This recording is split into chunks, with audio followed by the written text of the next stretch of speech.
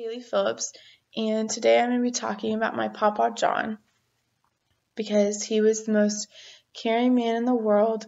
He would do anything for his family, and that's how it's supposed to be.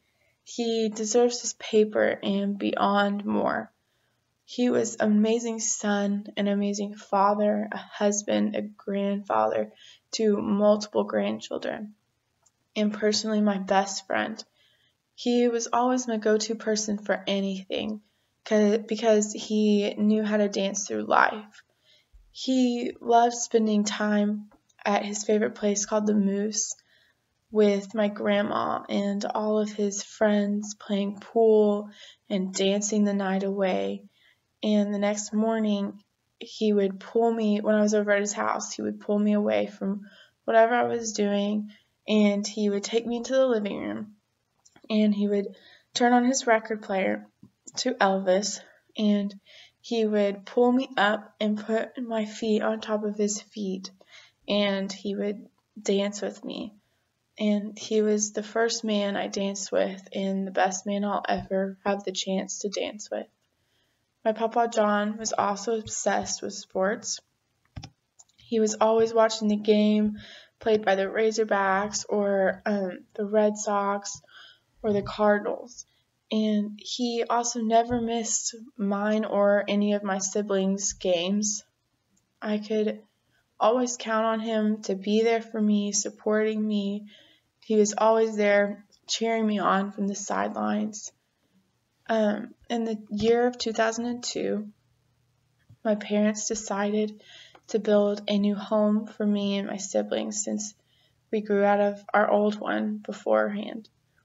And while all that was going on, my Papa John just was so sweet and so generous, and he just pulled us into his loving home and let us live with him, even though it was way smaller than the one we had before. But we made it work, and I don't ever remember him complaining about it or having an issue.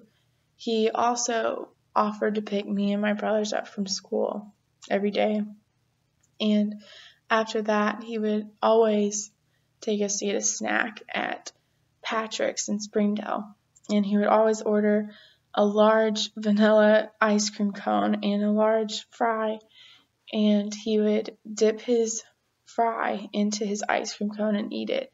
And I thought it was the weirdest thing ever until he made me try it, and now that's my favorite snack in the whole wide world. And every time I think about it, it just brings joy into my heart. And also, he just treated us like our own children and just filled our life with love for all of us. And every Sunday, he would wake my siblings up and take us to church. And he never missed a day of church. And now I understand, like now that I'm older,